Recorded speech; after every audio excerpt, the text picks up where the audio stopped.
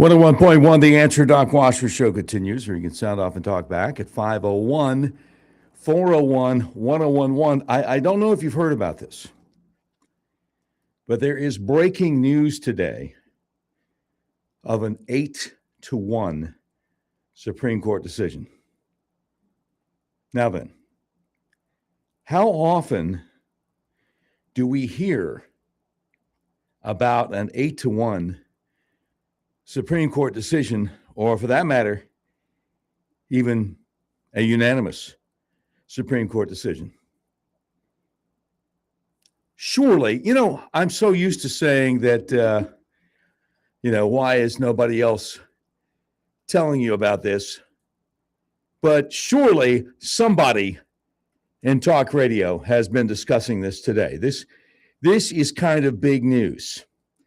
So let me give it to you exactly as Sean Davis over there at the Federalist said when he broke the news a little bit earlier today. Breaking in an 8-1 ruling. The U.S. Supreme Court announced this morning that Colorado's ban on so-called conversion therapy violates First Amendment free speech rights.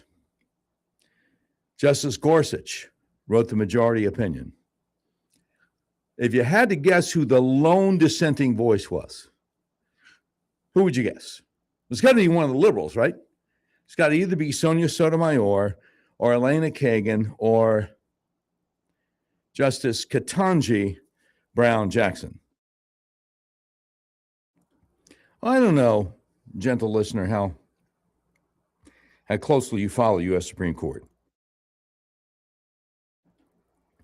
But I'll give you a little hint. I think Elena Kagan's IQ is a good bit higher than Justice Sonia Sotomayor, who, when she was appointed for the Supreme Court, called herself a wise Latina. And I'm positive that Justice Sonia Sotomayor's IQ is way, way above Ketanji Brown Jackson. So if you guessed, the lone dissenting vote is Justice Ketanji Brown Jackson. As a friend of mine just texted to me, you would be correct. The court ruled, and I quote, "The First Amendment stands as a bulwark against any effort to prescribe an orthodoxy of views reflecting a belief that each American enjoys an inalienable right to speak his mind and a faith in the free marketplace of ideas as the best means for finding truth.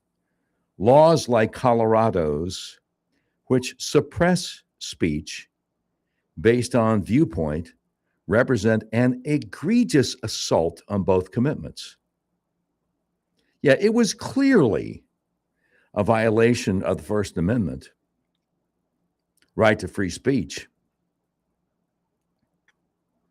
I guess the big surprise would be that violation of the First Amendment right to free speech would have concerned the other two liberal justices, Elena Kagan and Sonia Sotomayor. They're like, okay, yeah, we're libs, but this is a bit much right here. No, we're gonna vote with the conservative majority here. We just can't. I mean, yeah.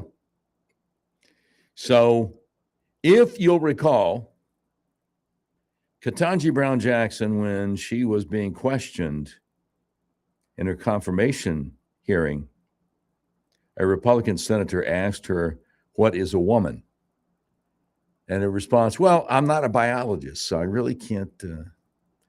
No, I'm sorry, you got the wrong girl here. Girl? You're a girl? Yeah. So Colorado keeps losing. That is the state, if you'll recall, that made itself famous or infamous, as the case may be, a few years ago. They had the Christian baker who said, "Look, I don't care who walks into my shop. I'll sell you anything I've got for sale. We don't discriminate against anybody, but I'm not going to design a special cake to celebrate two guys saying they're getting married." And the Colorado Human Rights Commission said, "Oh, yes, you are." And so that all went all the way to the U.S. Supreme Court. And the Supreme Court, of course, ruled, well, no, you can't force a guy to do something against his strongly held religious beliefs. You literally cannot do that. That's not allowed. So Colorado is like, okay, yeah, but can we do this? Could you please just hit us again harder? No, we're into pain. We like getting overruled. Yeah. And I don't know if anybody's thought about this, but have you ever thought that maybe the U.S. Supreme Court should have cheerleaders, just like a football team or a basketball team? So when a ruling gets appealed for something like Colorado saying, yeah, we don't care about your First Amendment, and it goes to the Supreme Court, and the Supreme Court announces, of course, that it actually believes in the First Amendment, wouldn't it be kind of neat to have some cheerleaders? Hit him again, harder. Kick him one up, kick him one down. Whomp him up, side the head. I said, whomp up, side the head, somebody. I mean, it's just a thought. Now, I wonder, I don't know if you heard about the Christian basketball player who's been let go from the Chicago Bulls for expressing his faith openly. A guy named Jaden Ivey. Maisie Jefferson over at The Federalist has an article today. Blessed are those who are persecuted. Christian pro athletes stand behind Jaden Ivey. All right, here's what she says. NBA guard Jaden Ivey was cut from the Chicago Bulls on Monday after he expressed the basic Christian belief that sexual immorality and pride are unrighteousness. In response, multiple professional athletes have come to Ivey's defense by similarly standing firm on God's word. So Ivey said, and I quote, "They proclaim Pride Month, and the NBA, they proclaim it. They show it to the world. They say, come join us for Pride Month to celebrate unrighteousness. They proclaim it on the billboards. They proclaim it in the streets, unrighteousness." Now, according to The Athletic, which apparently is a sports news website, the comments were a part of a series of live streams Jaden Ivey hosted on his Instagram page over the last week after he was ruled out for the remainder of the season due to knee pain. In these live streams on Instagram, he spoke extensively on his religious beliefs. Chicago Bulls officially announced Monday evening that Jaden Ivey was waived, quote, due to conduct detrimental to the team, unquote. Ivey hosted another live stream after the announcement in which he called out the team's lies. He said, "They're lying, saying my conduct is detrimental to the team. That's a lie. Ask any one of the coaches in there, was I a good teammate? All I'm preaching about is Jesus Christ, and they waved me." Since the Bulls' announcement Monday evening, several professional athletes have come out in support of Jaden Ivey and his commitment to God's truth. New England Patriots running back Travion Henderson directly responded to news of Ivy getting cut from the Bulls with a Bible verse, Matthew 5:10, writing, "Blessed are those who are persecuted for righteousness' sake, for theirs is the kingdom of heaven." By the way, Patriots coach Mike Vrabel disagreed, and we'll get to that in a minute.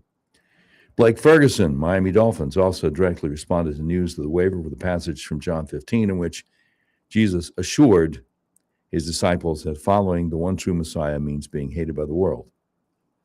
As a matter of fact, they've got Blake Ferguson's tweet or post over there on X, whatever you're going to call it, embedded in the Federalist article. Blake Ferguson, Miami Dolphins, has the quote here from John 15, "If the world hates you, know that it has hated me before it hated you. If you were of the world would love you as its own, but because you're not of the world, but I chose you out of the world, therefore the world hates you. Remember the word that I said to you, a servant is not greater than his master. If they persecuted me, they will also persecute you. If they kept my word, they will also keep yours. But all these things they will do to you on account of my name, because they do not know him who sent me." John 15:18 through 21. And he's just being slammed.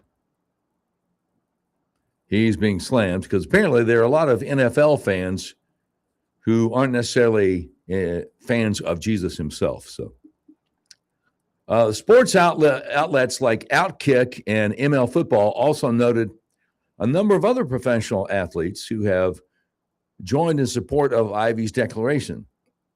So the ML Football Twitter profile says, trending, multiple NFL stars have posted their support for Jaden Ivey after he was released for his anti-gay, LGBTQ comments yesterday. Travion Henderson, Des Bryant, Cam Curl, Tucker Kraft, Azaria Thomas.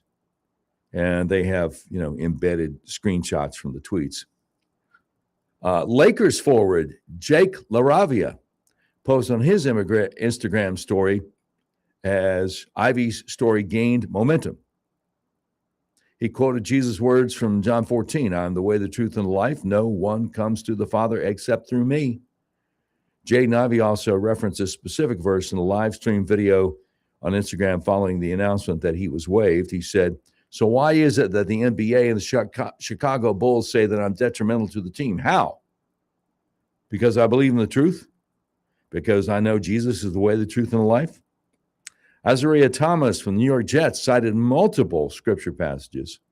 In his comments, responding to the news regarding Ivy, he noted that while living for Christ may not make sense to the world, that's okay because it isn't strange to Christ. He wrote, "The world will try to make sin look normal and righteousness look strange. Believe it or not, every single person on earth will soon have an appointment before Jesus." So that is Maisie Jefferson over the Federalist.com, article entitled, "Blessed are those who are persecuted. Christian pro athletes stand behind Jaden Ivey." The Federalist.com. All right. As always, you want to get into the conversation. Number to call is 501-401-1011. Do you feel like you were ever fired from a job because of your faith? 501-401-1011. The Doc Washburn Show continues. All kinds of news going on today here on Little Rock's premier talk station, 101.1, The Answer.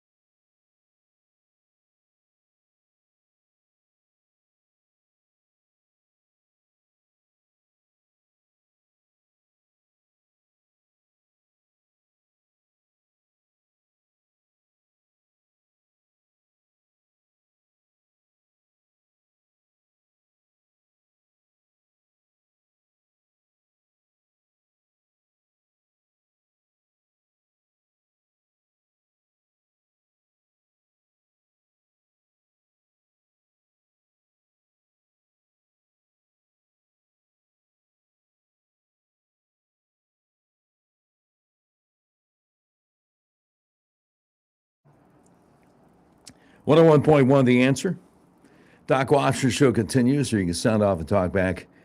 501-401-1011. Just a reminder, called a buddy of mine today, and I said, hey, have you been following the Arkansas Secretary of State primary race? He said, vaguely. Let me see. There was a lady. I'm like, oh, no. She's not in anymore. They had a primary. There were 3 people. She finished 3rd. Nobody finished with over 50%. So there's a runoff. I said, President Trump said we got to get rid of the voting machines? Yeah. Okay, well, Kim Hammer is the guy who's fighting President Trump, wants to keep the voting machines. Brian Norris, 21-year-old, not 21-year-old, 21-year veteran, retired master sergeant, wants to get rid of the voting machines, so he's standing with President Trump. There's a runoff. Today's election day. So get on down there and take your adult kids and their spouses and the whole thing. Oh, yeah. I said, now, listen, you live in Pulaski County, so check Pulaski County Election Commission's website and or Facebook page, because they've closed a lot of the regular polling places, and they're going to make you have to vote somewhere else. I said, he's like, really? I said, not all of them. The place where you regularly vote may be open. We got something mailed 2 or 3 weeks ago saying, hey, you're going to have to, if you want to vote in the runoff, you're going to have to go to this place instead of that place. So if you're concerned about election integrity, if you don't want to take Kim Hammer's word for it that voting machines, which read barcodes, owned by an out-of-state company that we're not allowed to know who owns that, if you're like, no, that doesn't make sense, I'm with the president, then call your friends that you talk politics to every once in a while and tell them go out and vote for Brian Norris. On the other hand, if you think Kim Hammer is wonderful and you got to vote for him because he's a pastor, and it doesn't matter whether he's telling the truth or not about the voting machines. Oh, that's right. You wouldn't be listening to Doc Washburn's show anyway. All right. Young Tommy, we got the audio clips in there, right? And I should have probably told you during the break which one I wanted to go to first, right? Yeah. We got one, CENTCOM Commander Brad Cooper reporting on Operation Epic Fury. Can we run that one? Okay, fantastic. Hi, I'm Admiral Brad Cooper, Commander of U.S. Central Command, here in the Middle East with our 50,000 service members to provide my 6th update on Operation Epic Fury. Now in our 5th week of the campaign, it is my operational assessment that we are making undeniable progress in eliminating Iran's ability to project power in meaningful ways outside its borders. We don't see their Navy sailing, we don't see their aircraft flying, and their air defense and missile defense systems have largely been destroyed. Despite our clear dominance, our forces remain vigilant. It's long been my belief that every success we have begins and ends with our people, and our warfighters deployed for it are doing outstanding work. During this trip, I've had the privilege to recognize and award our troops for their courage, resilience, and tenacity as they continue to go above and beyond. Right. There you go. Now, after the break, we're going to share with you some thoughts from Secretary of War Pete Hegseth. We'll also share with you what some of the military experts are saying out there publicly on cable news. I don't doubt that President Trump's people are trying to negotiate with whatever's left of the Iranian regime. But I think President Trump knows, well, we're giving it our best shot, but they're not going to do what we need them to do. You know? So don't be surprised when you hear what Secretary of War Pete Hegseth has to say.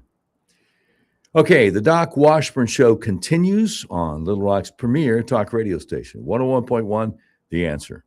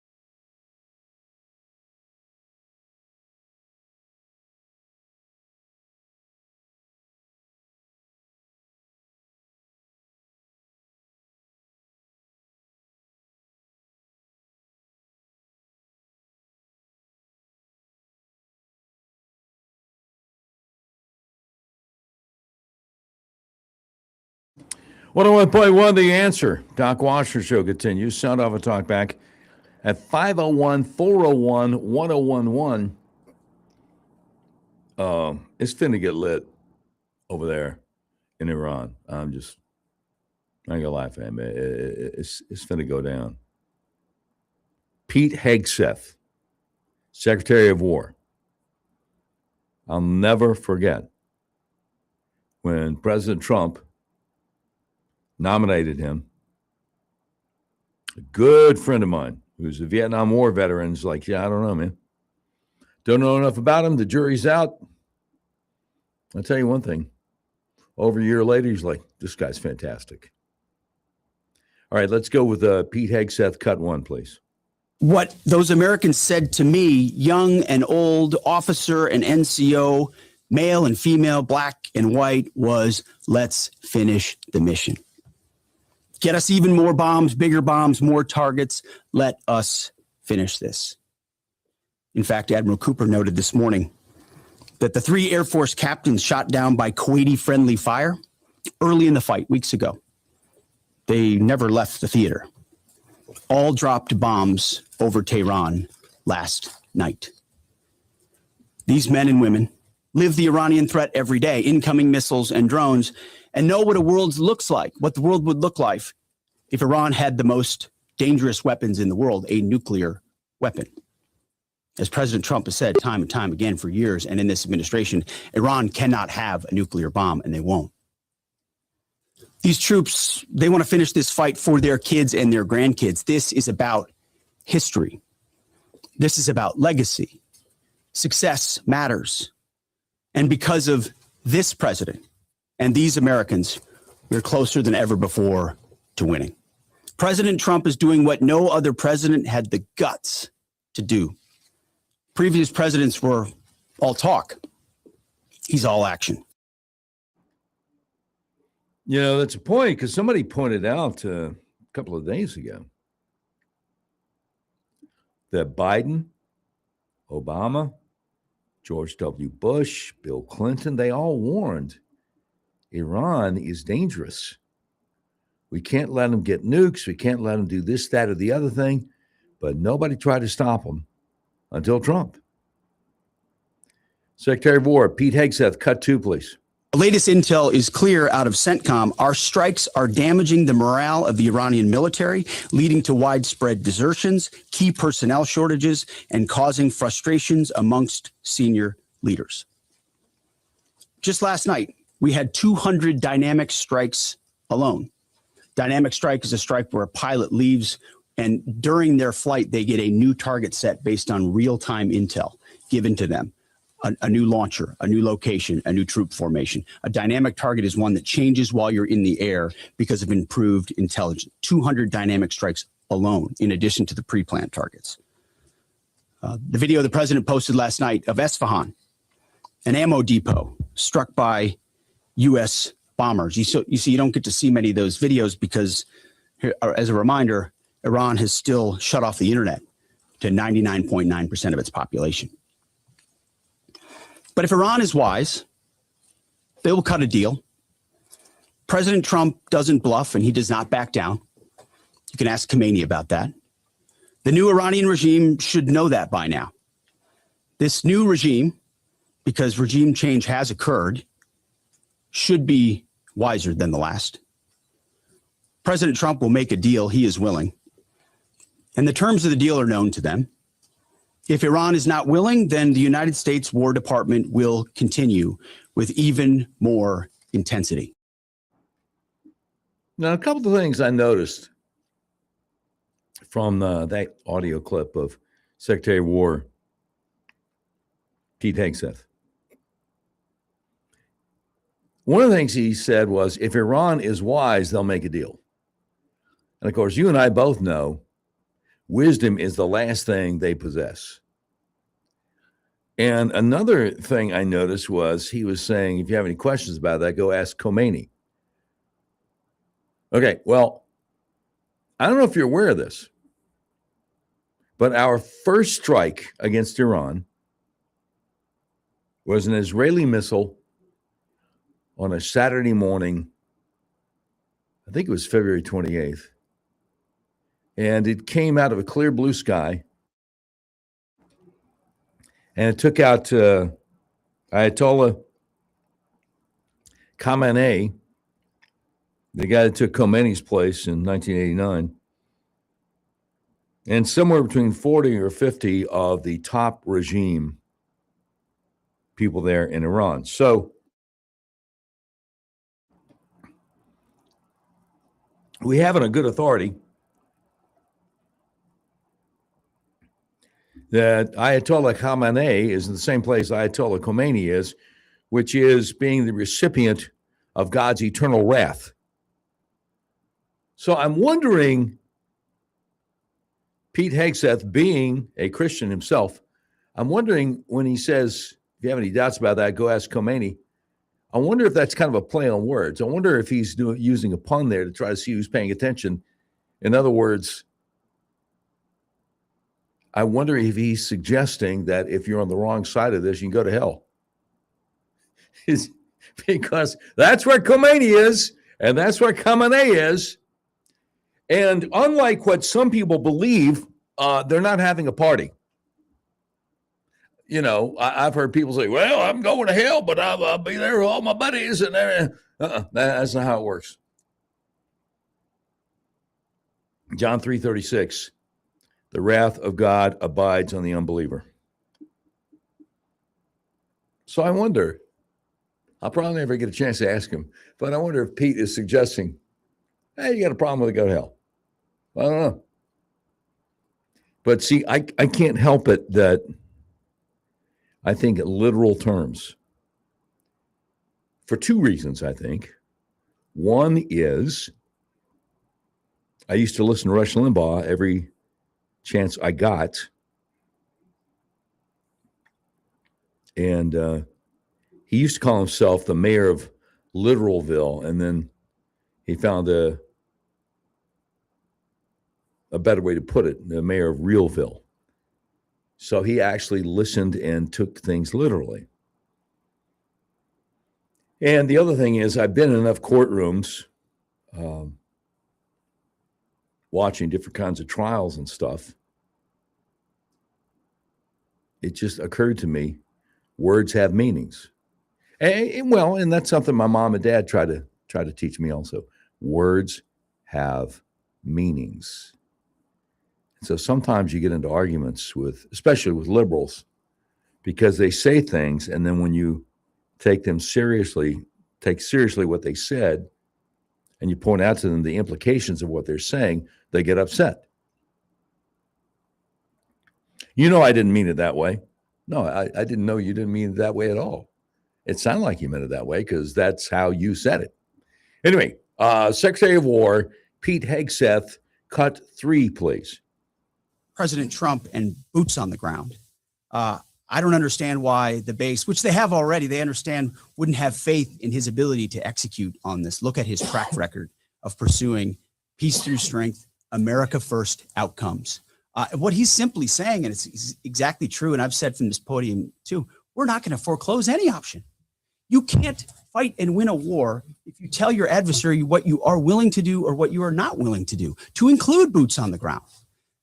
Our adversary right now thinks there are 15 different ways we could come at them with boots on the ground. And guess what? There are.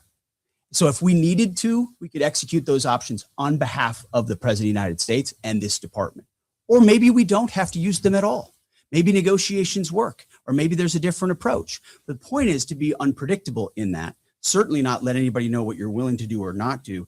But if anybody has internalized the lessons of Iraq and Afghanistan, as the first one, President Trump, to call them out for what they are, he's not going to repeat those lessons. And I think I've been very clear about that from the podium. That's strong, brother. Maybe negotiations work, though. Well, I mean, he's saying just on the off chance that that's a possibility, then, of course, we wouldn't. But see, here's the elephant in their living room, and here's what he's alluding to. And we'll get some more specificity on this with some other people's comments coming up. But the president has made it clear that Iran can no longer be allowed to make nukes. And that doesn't mean that we get them to sign a piece of paper and they give us their pinky promise. We promise we won't. See, there are liberals out there saying, oh, no. They never wanted nukes because there was a fatwa from an imam years ago saying, it would be haram. In other words, forbidden for a Muslim country to develop nukes. Well, there never was such a fatwa. Even if there was, they're lying. When Trump says they can no longer be allowed to have the capability of making nukes, one of the things is you got to give up all your enriched uranium. And of course, Iran's like, no, just go ahead and drop more bombs on us. No, we're not going to do that. But Trump's going to make sure they do. And if that involves sending special ops guys in there to get enriched uranium out of caves, then that's what he'll have them do. And Hegseth is saying, hey, we know how to do this. We can walk and chew gum at the same time. All right, one more clip from Pete Hegseth, cut 4, please. And as far as NATO is concerned, that's a decision that'll be left to the president. But I'll just say a lot has been laid bare. A lot has been shown to the world about what our allies would be willing to do for the United States of America when we undertake an effort of this scope on behalf of the free world. These are missiles that don't even range the United States of America. They range allies and others. And yet when we ask for additional assistance or simple access basing and overflight, we get questions or roadblocks or hesitations. And the president's pointing out, you don't have much of an alliance if you have countries that are not willing to stand with you when you need them. He's simply pointing that out. And ultimately, it'll be his decision of what that looks like after this is complete. Yeah. So people aren't used to a president that's this decisive. You know, a lot of, well, I'll just put it this way.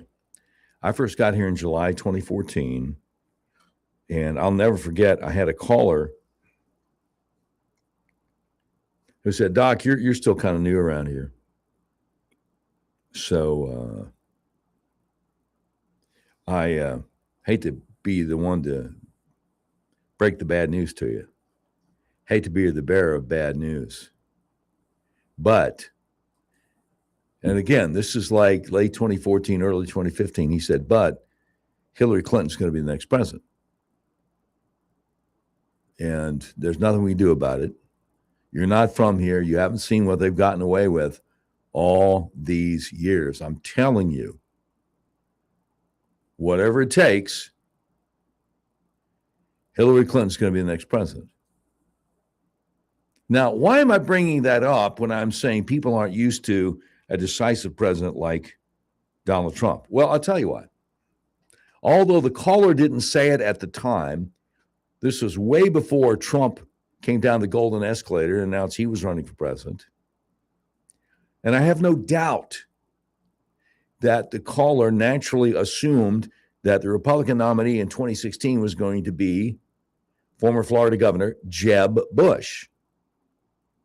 And Jeb Bush had already given Hillary Clinton a Liberty Award. Oh, yeah. At the Ben Franklin Center in Philadelphia for being such a wonderful American champion of freedom and liberty. So he was going to roll over for Hillary and she's going to be president. So thank God that didn't happen. And libs are going nuts. I mean, speaking as someone who has severely criticized President Trump when I disagree with him on whatever issue, there is such a thing as Trump derangement syndrome. There are people who just hate him, and it doesn't matter what he does, they hate everything about him. Anyway, we have a lot more coming up about what's going on in Iran. And if any of your friends are like, well, I didn't vote for this. I didn't vote to get any more forever wars. The forever war is what we're drawing to a close. The forever war has been going on since 1979. When they say death to America, they meant it. And they've killed over 1,000 Americans, including through their proxies like Hezbollah and Hamas and all that kind of stuff. And I can't help it if there are people out there saying Iran's no threat to us. I don't understand why we're bothering them. It's not my fault they're not paying attention and they're ignoring 47 years of history. Not much I can do about that. All right, 501-401-1011. If you want to get into the conversation, the Doc Washburn Show continues on Little Rock's premier talk station, 101.1 The Answer.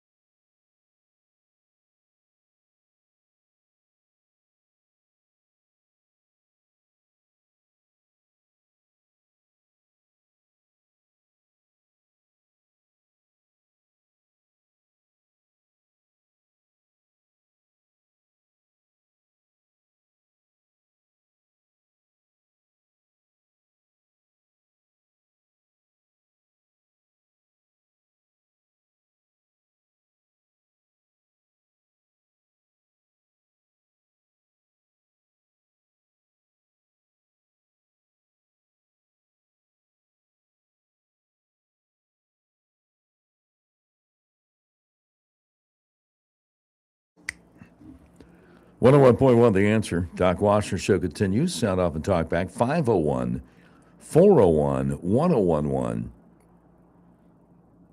So, not really thrilled about the idea of having to put boots on the ground in Iran. But let's hear what people are saying about this. Jesse Waters on Fox News last night said we are getting close to that possibility. Jesse Waters on Fox. Fox News alert, commandos from the most advanced special ops teams in the world have just arrived in theater. The Army Rangers and Navy SEALs, and they're joining the 3,500 sailors and Marines that have just taken position in the Middle East on the USS Tripoli. The 31st Marine Expeditionary Unit is also on board, and a ship full of transport and strike fighter aircraft ready to be brought into the action. Alongside of them, the most elite paratrooper unit on Earth, the 82nd Airborne Division, who are ready to hit the silk as the president issues a final warning. Quote, if for any reason a deal is not shortly reached, which it probably will be, and if the Hormuz Strait is not immediately open for business, we will conclude our lovely stay in Iran by blowing up and completely obliterating all of their electric generating plants, oil wells, and Karg Island. Clock's ticking for the mullahs to make a deal, or lights out. The terms are clear. No nukes, no uranium. These people are lunatics. They are insane. They are religious zealots who can never be allowed to possess a nuclear weapon because they have an apocalyptic vision. Now, what I didn't tell you was whose voice you're going to hear at the end of the clip. Secretary of State Marco Rubio. And he's right. He's absolutely positively correct on that. All right. We got more people who will weigh in on it. Military expert Jim Hansen explains the whole concept of extracting the uranium to Jesse Waters on Fox. How confident are you that the U.S. could pull off some sort of uranium extraction under enemy fire? We can absolutely do it. And I think I want to tell all the IRGC leadership now who's watching this show that don't doubt President Trump has the resolve to make that call. You know, and I mean, at some level, I have a wish to see. I want the choppers coming in, hitting the beach, you know, blaring Ride of the Valkyrie, Ghost of Robert Duvall in the lead helicopter, and the discombobulator blazing the way to knock everybody out of the way. The problem is from the beach to the places we have to go is almost 500 miles. And that's a heck of a logistical nightmare. It's not quite as simple.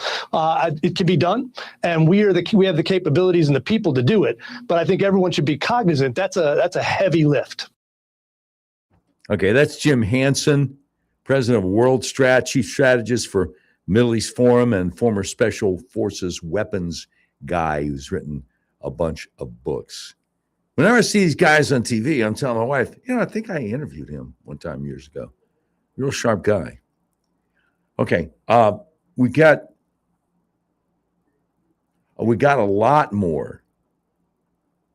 We've got a lot more audio, but suffice it to say, those are the clips that kind of get into the whole thing about what's going on in Iran. And again, Jim Hansen made it clear. Oh, I was telling young Tommy, my producer, when Hansen was talking about he'd love to see the ghost of Robert Duvall and the helicopters coming in playing the Ride of the Valkyries. That was a scene from Apocalypse Now. And Duvall's character is some kind of officer standing there on the beach. His stuff's exploding all over the place, saying, I love the smell of napalm in the morning. That was an amazing movie because it's the only movie I've ever seen in the theater in which the process of watching the movie was not like watching a movie. It felt like I was on that boat going up that river with those guys. It's just the craziest thing in the world. I've seen it on television in years since then. It's not the same. No, I don't know. If you had one of those big home theaters, if you're independently wealthy and had the big screen, and well, maybe it would be like that. Yeah. That's what the movie stars do. I'm looking at Jim Hansen's deal here, and he's got a screenshot of something Candace Owens said. She says, "Oh, we got to go. We got to go. Thanks."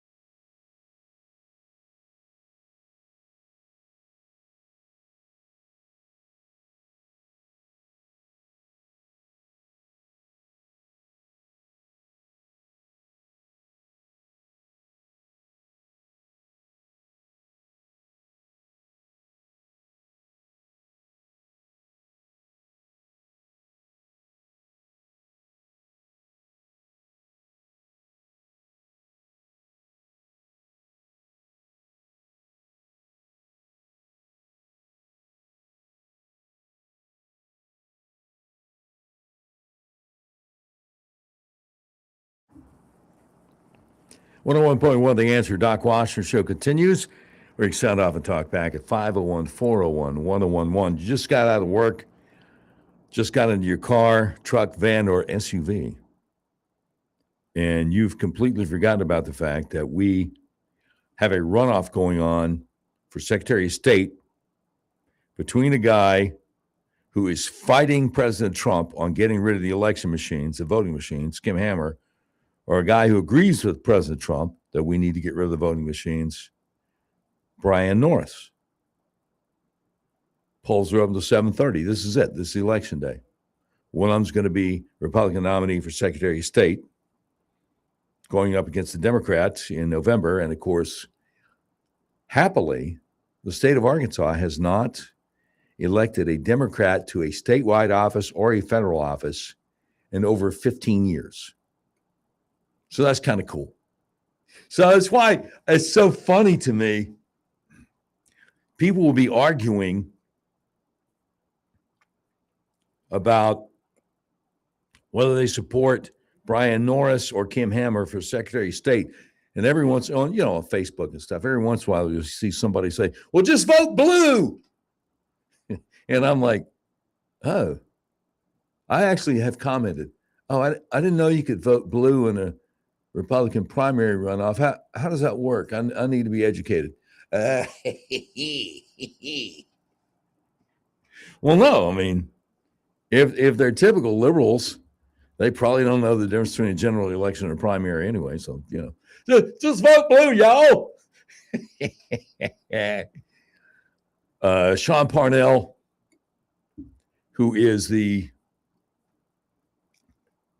Assistant Secretary of War for Public Affairs and Chief Pentagon Spokesman, Senior Advisor to Secretary of War, Pete Hegseth, says, if Iran is wise, they'll make a deal. If not, the War Department will respond with even greater force, at levels they have never seen before. Yes. I was just scrolling through Jim Hanson's timeline on X, and I was about to say this before the top of the hour news when young Tommy, my producer, was kind of looking at me like, well, you do realize we're out of time, right? I'm like, time? What is that anything on the clock? I don't know about time. Anyway, so Jim Hanson had a screenshot. I had literally said after he turned the microphones off, getting ready to go into the news, I said to him, gee, we got a whole nother hour of the show left. Maybe I can find a new way to screw this up. Anyway, Jim Hanson has a screenshot of Candace Owens out there on X saying, today on the show, Tyler Robinson is a patsy. Prove me wrong. We take you through the stunning filings, which portray a desperate prosecution strategy. Plus, we catch something that Tyler Robinson's defense missed in the filings that point to sheer FBI corruption. They won't get away with the assassination of Charlie Kirk. And Jim Hanson responds saying, today on the Bat Guano Network, monkeys fly. Prove me wrong.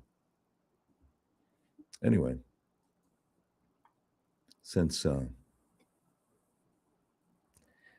Jim Hanson inserted the insanity of Candace Owens and Tyler Robinson into the conversation today, I need to share something with you, and then we'll move on. ThePostmillennial.com has the story. Tyler Robinson's tranny lover is cooperating with the prosecution. Is expected to testify on their behalf against the man accused of assassinating Charlie Kirk. And then the great Jennifer Greenberg, author of the new book, Defiant Joy, and also author the best-selling book, Not Forsaken, A Story of Life After Abuse. Just as a reminder, she says over there on X, this is what Candace Owens and her conspiracy theorist flying monkeys refuse to recognize. Number one, Tyler Robinson's grandpa gave him a rare rifle.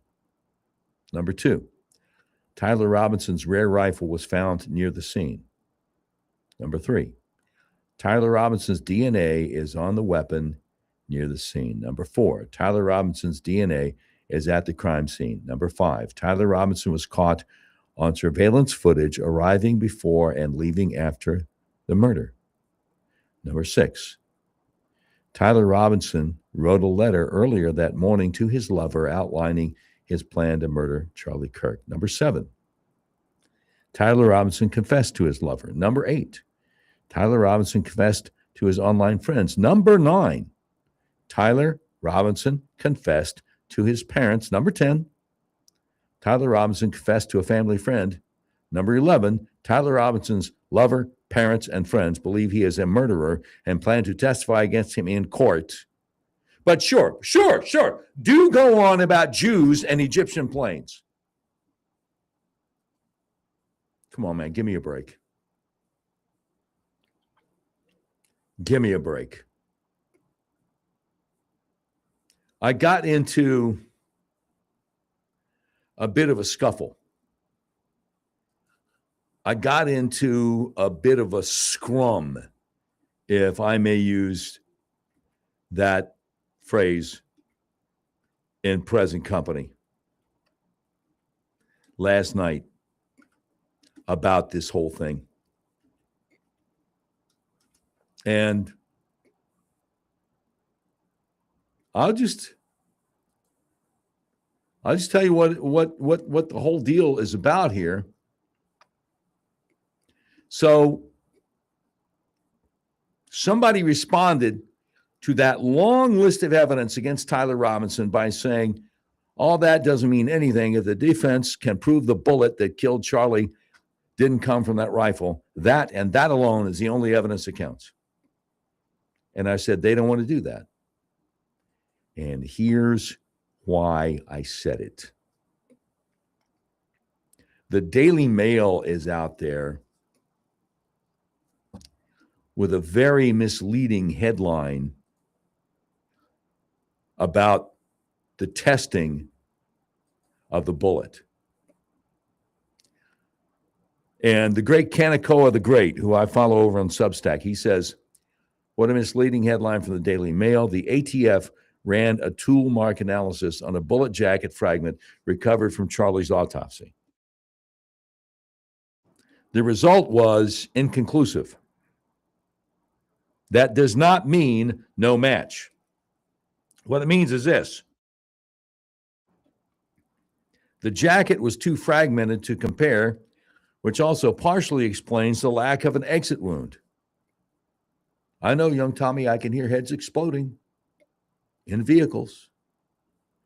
The bullet shattered on impact. Inconclusive means insufficient evidence to draw any conclusion. It doesn't mean the bullet did not match the rifle like the Daily Mail headline says, which, by the way, that Daily Mail article was written by a guy who used to work with Tucker Carlson. But anyway, the defense wants to use inconclusive as exculpatory evidence, but the prosecution wants to run chemical or molecular analysis comparing the jacket alloy to ammunition recovered with the gun.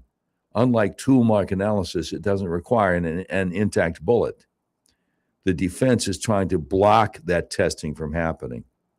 And that is the nuance of the real story. Now, again, because I love beating dead horses, again, I'll just ask you, is anyone else telling you this? Is anyone else talking about this? No? Why is that? And if you're saying, well, gee, Doc, I guess because everybody else in talk radio has a life and you don't, well, then you've said hurty things. You've hurt my feelings. I know everybody else in talk radio has a life. I know I don't. I know I spend 24/7 in the weeds on these things. But I wish you'd stop bringing that up because I'm trying to, I'm trying to perform a public service here. And who knows, maybe get a chuckle out of the guy on the other side of the glass while we're at it. But anyway, that's just the thing. That's what's going on here. Yeah, I know. We've got a lot more audio we need to get to. We got a lot of stuff to talk about the whole illegal alien thing. I just, it's fascinating. Every once in a while, people will say, why doesn't anybody talk about, on a very serious issue, why doesn't anybody talk about the Muslims are slaughtering Christians in Syria and Nigeria and other places? And I'll say, well, most of the people who talk about it on social media are Jewish folks saying, hey, how come nobody is talking about the Muslims slaughtering the Christians? Interesting, isn't it? All right, 501-401-1011 if you want to get on the conversation. The Doc Washburn Show continues. Little Rock's premier talk station, 101.1 The Answer.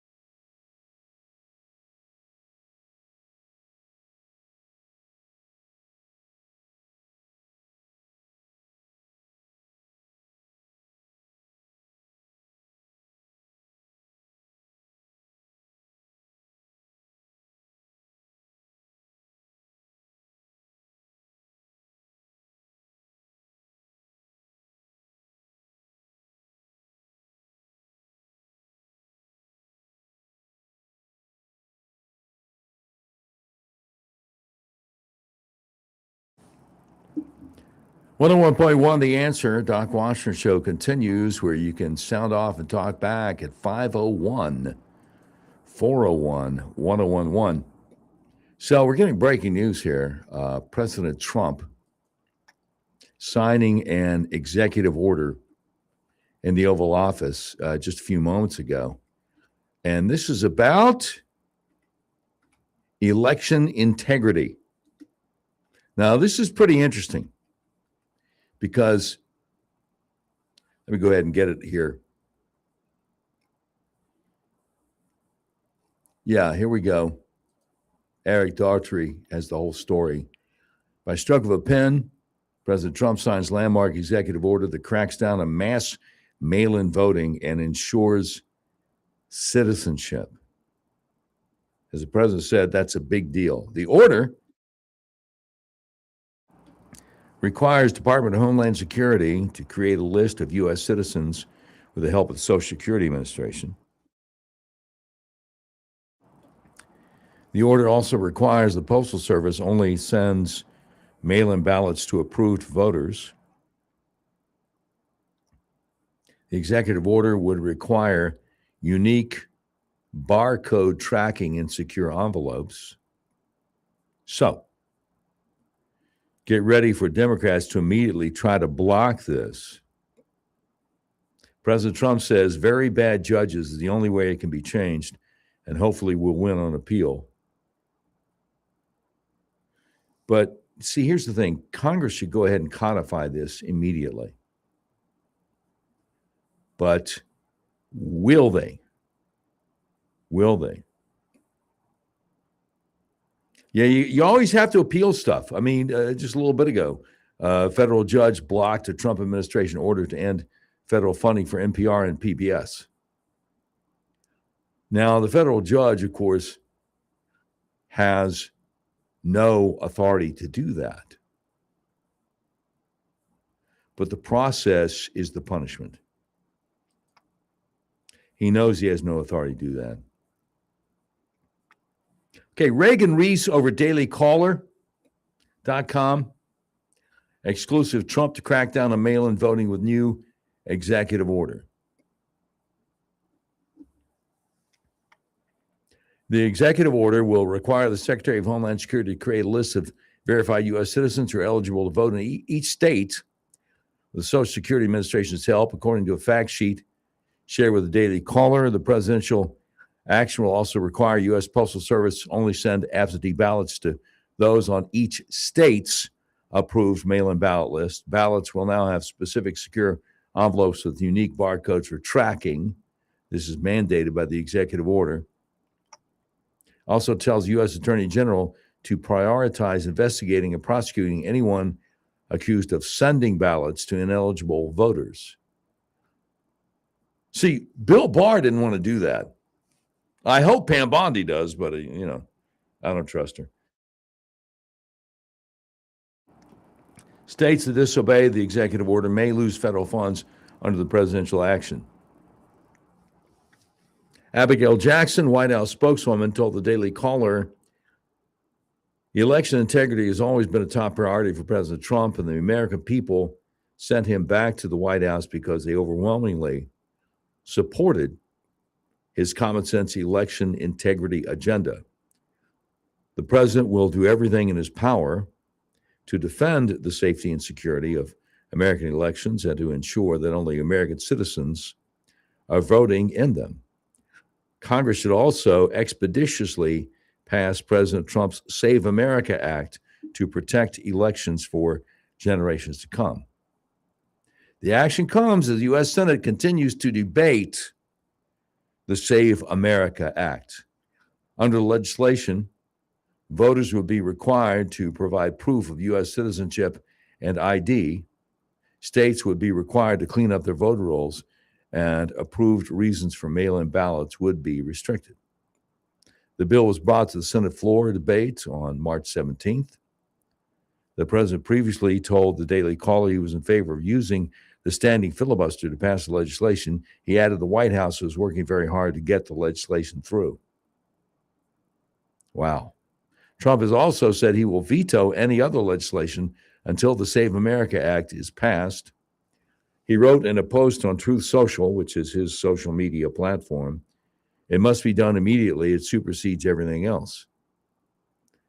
Now, the Daily Caller here says election integrity has become a focal point for the president and his base.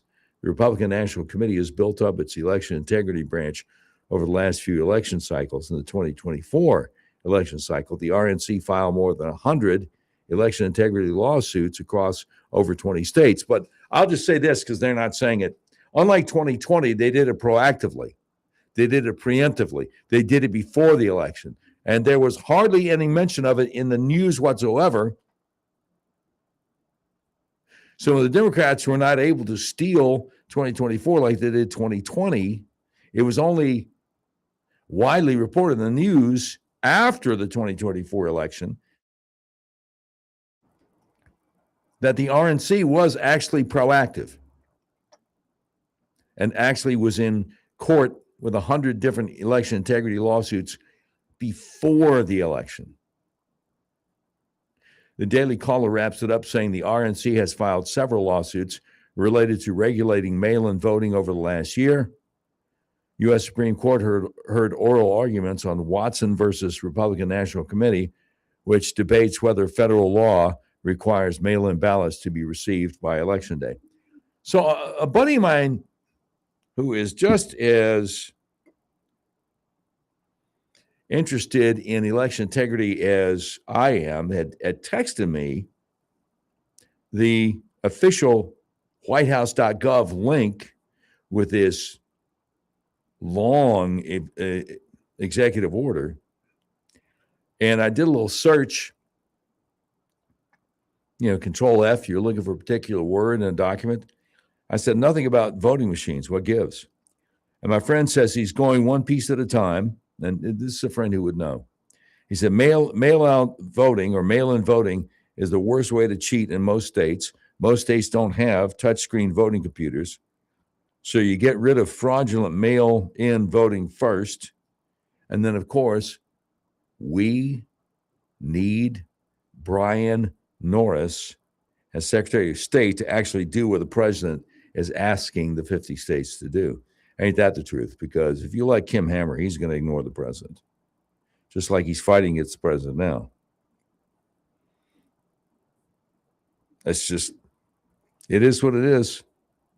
People are always shocked when I tell them, oh, yeah, that governor you got there, Sarah Huckabee Sanders, yeah, she's fighting the president. He wants to get rid of the voting machines, and she doesn't. What?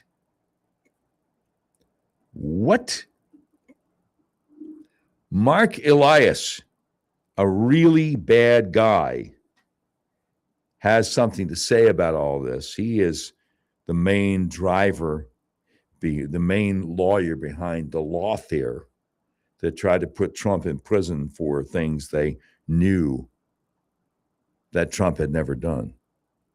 So on the other side of the bottom of the hour news, I'll tell you what he and his cohorts are saying. But we got to prevail in court. We need to pray for our leaders. Doc Washburn Show continues. 101.1 The Answer.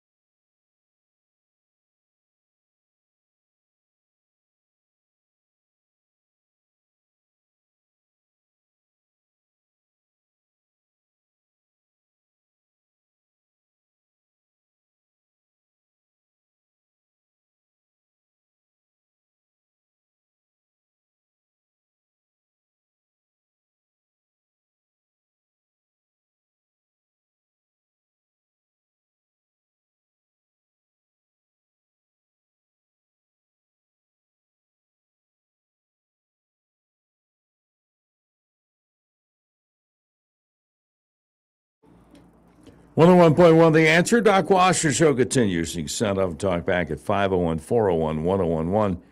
So Mark Elias, a horrible guy, a lawyer who has 824,000 followers over on X, and I am honored that he blocked me years ago, back when we still called it Twitter. Responsible for a lot of the lawfare that tried to bankrupt Trump, many Trump associates, and tried to put him in prison for the rest of his life.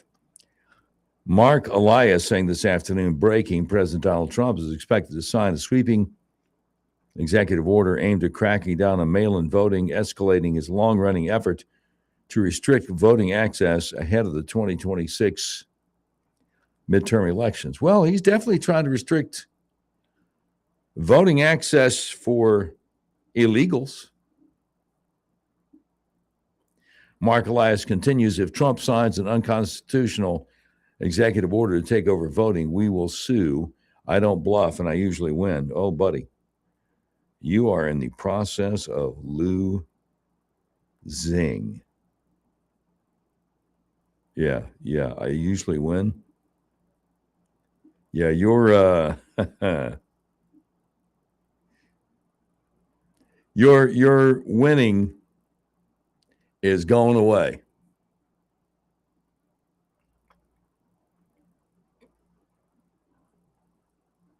Oh, no kidding. Ryan Fournier. He's the guy who got arrested for domestic abuse and all this kind of stuff, but he's got 1.2 million followers over on X. And he's out there with a big picture of Kim Hammer endorsing him as the conservative choice. Buddy, Senator Hammer, with support like that, you don't need enemies. I'm just saying. All right, we have Clinton from Mayflower on the line. Let's talk about the voting machines. Brother Clinton, how are you today, sir? I'm good. Do you remember him? Do I remember Clinton? Do you remember your geezer then, buddy? Well, now you're the Clinton I like. I mean, I don't like the one we used to have in charge of everything down here. Sometimes y'all make me feel like Pacino and Godfather 3. They keep pulling me back. Yes. Yeah, I forgot to tell you. Yeah, that's my first name. Right. Exactly. Yeah. Yes. Clinton Looper from the Geezer Den. How are you, sir? I'm great, brother. Good to hear you. I listen to you every chance I get. Well, I appreciate that, sir. You're a gentleman and a scholar, and I don't need to tell you there are very few of us left. Yeah, I know it. But now I was going to tell you, 4 years ago, and I may have already told you, but when you get my age, you can repeat yourself if you want to. Oh, yeah. But 4 years ago, they talk about these voting machines that Hammer wants to just keep in there. Yeah. I went and voted. Old Senator Eddie Joe was running for Secretary of State. Yeah. I voted for Eddie Joe, and his opponent Thurston come up. So, in other words, you pushed Eddie Joe's name on the touch screen, and it said, "Oh, you're voting for Thurston," and you're like, "Well, no, wait a minute." I called the little blue-haired lady over there, and I said, "Hey, we got a problem here." I said, "I hit this one." I said, and "This one won't jump." She said, "Well, you probably just didn't hit it." I said, "Ma'am, this ain't my first time." She said, "Well, just be real careful." Anyway, so I go on down. Y'all read, I done it, and then it fixed. So I go on down, and I vote for Beckett, which is running for U.S. Senate, and Bozeman come up. Done it to me twice. Man. So, but it's better than that. Another one of my geezer den buddies, I mean, we went to the same deal there in Jacksonville to vote, and the same thing happened to him. I said, what machine you go with? He said, "Well, I was one way up on the right." I said, "Well, I was one way up on the left." But we wasn't on the same machines. Yeah. And it gets better than that. Another buddy, geezer den buddy, old Tom, you met him. Yeah. I'm sure. He was at the Baptist Church in Gravel Ridge. Same thing happened to him. Wow. And another one's at the library in Old Little Rock got the same treatment. That's 4 years ago, brother. Well, so Kim Hammer and all his buddies in the legislature are saying, well, y'all just don't worry about nothing. Everything's just fine. Yeah, I had some election official, when I called Eddie Joe, told him what happened, and he said, you're about the third or fourth one that's called me today. And so it wasn't very long. I got a call from some election official, and he was trying to explain to me how I didn't have nothing to worry about. I said, dude, I know what I seen, so don't be telling me what I ain't got to worry about. Yeah. I said, you talking about there ain't no way. I said, I don't know how much you keep up with stuff. I said, but not very long ago, a 15-year-old kid hacked into the Pentagon computers. Hello? Wow. So you remember that. I'm sure you remember that deal. Well, yeah, I also remember when the Chinese communists, when Obama was still in office, they hacked into the OPM, the Agency Office of Personnel Management for the whole federal government, and got info on like 22 million people. Yep. Yeah. And, don't be telling me about all this security. That's bogus. Right. But anyway, that ain't hearsay, brother. That happened to me and three other guys 4 years ago. I mean, you vote for one, another one comes. So the machines need to go, and the people that's for them, they need to go with them. Amen. Now, you remember Mark Martin. I'm not talking about the race car driver. I'm talking about the guy who was Secretary of State. Yeah. Well, he was responding to somebody the other day who had a similar complaint to yours, like, hey, I noticed it chose the wrong person for me. I had to fix it. And Mark Martin's response was, well, see, you're just proving my point. If there's a problem, you can fix it. And then I responded to Mark Martin. I said, look, a lot of people don't know. A lot of people don't know to check. You do realize that, right? And I don't know if you responded or not, but plenty of people. Another thing that bothers me is, okay, you get it right, you think you got it right, and it prints that thing off. Yeah. And you go over there and that machine eats it. Now, how do you know that's all legit? Right. You just take their word for that too, I guess. So also, anyway. where I vote on election day, you don't have a touch screen. You're just filling out the little ovals on a piece of paper and you feed it into the tabulator. And how do you know that's going to be right? Yeah. Hallelujah. I hear you. Amen. Yeah. Anyway, appreciate you, brother. Appreciate you too, brother Clinton Looper. God bless you, sir. And appreciate the Geezer Den. Come see me. I sure will. God bless you. Thank you I know it's a little early for you for the boat, brother. Just you need to come see us again. Yes, sir. Will do. Will do. God bless you. Thank you very much. Appreciate it. Crazy about you, brother. Thank you. Thank you, sir. Appreciate it. Yeah, Mark Martin, former Secretary of State of Arkansas, not to be confused with the race car driver, responding to somebody who had the similar complaint my brother Clinton had there about it chose the wrong candidate for me on the touchscreen. Well, you caught it and fixed it. So you just proved my point. You can. I'm like, buddy. So plenty of the people don't know they're supposed to check. Plenty of people just trust the machines and it changes it on them and they don't know. You do realize this, right? It's outrageous the way they twist themselves into pretzels, trying to make something make sense. Young Tommy, you probably follow the Olympics more than I do. Is that an Olympic sport yet, twisting yourself into a pretzel to try to avoid a reasonable argument? Seems like it. Well, no, you're right. Yeah, it'd be more like yoga, twisting yourself into a pretzel. And I don't think yoga is in the Olympics yet, but give them time. If they think it's politically correct, they'll do it, man. They'll do it. Speaking of politically correct, I don't know if you were listening earlier. But the Chicago Bulls have released a player for being a Christian. He basically said, look, this whole Pride Month thing is wrong. It's unrighteousness. And a number of other athletes are coming to his defense, including Travion Henderson over there, New England Patriots. And what did Travion Henderson's coach, Mike Vrabel, say? He said, I love Travion. He cares deeply about his faith. I want them to be able to express what they believe, but I also want to make sure that they're educated. We need to be inclusive. In other words, I just said two things which contradict each other, so I'm lying.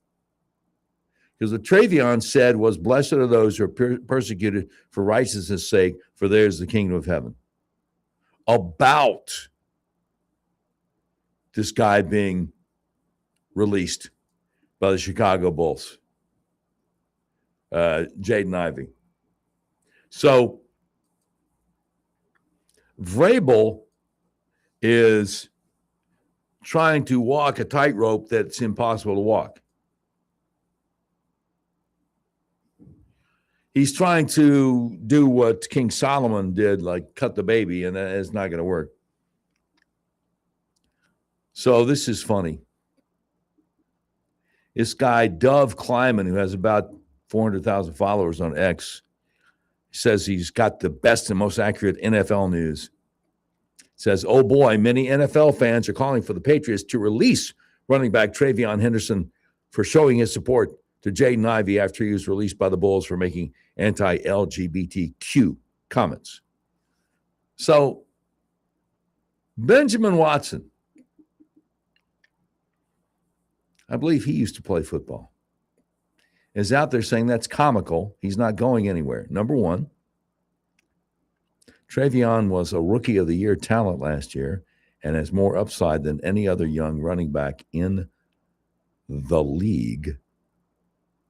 Number two, Travion is a follower of Jesus who quoted the words of Jesus in proper context, applying it to a specific biblical truth during a week when believers celebrate his resurrection. Yeah, in case you weren't aware, for those of you scoring at home, this is Easter week. Benjamin Watson concludes by saying religious freedom is foundational for every American. This includes Americans who work in sports. Yeah, exactly. So, just thought I would share that with you. We're going to try to squeeze as much breaking news in as we can between now and the end of the show. The Doc Washburn Show continues. Little Rock's premier talk station, 101.1 The Answer.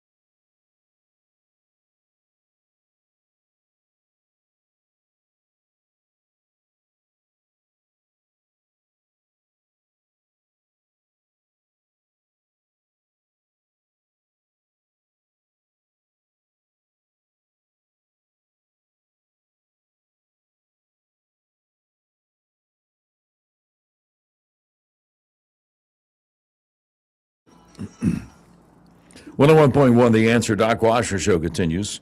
Sound off and talk back 501-401-1011.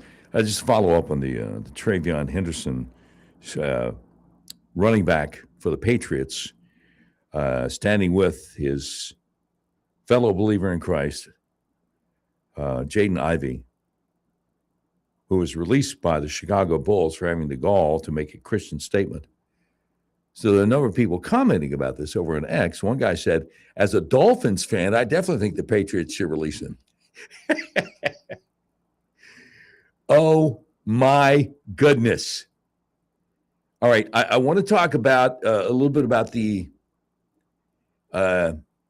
illegal alien thing here.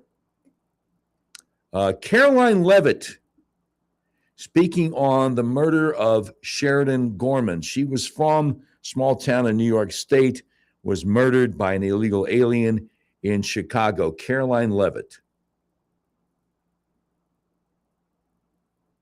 I saw a survey over the weekend that I'd like to bring to all of your attention. This is the media coverage of the case of Sheridan Gorman.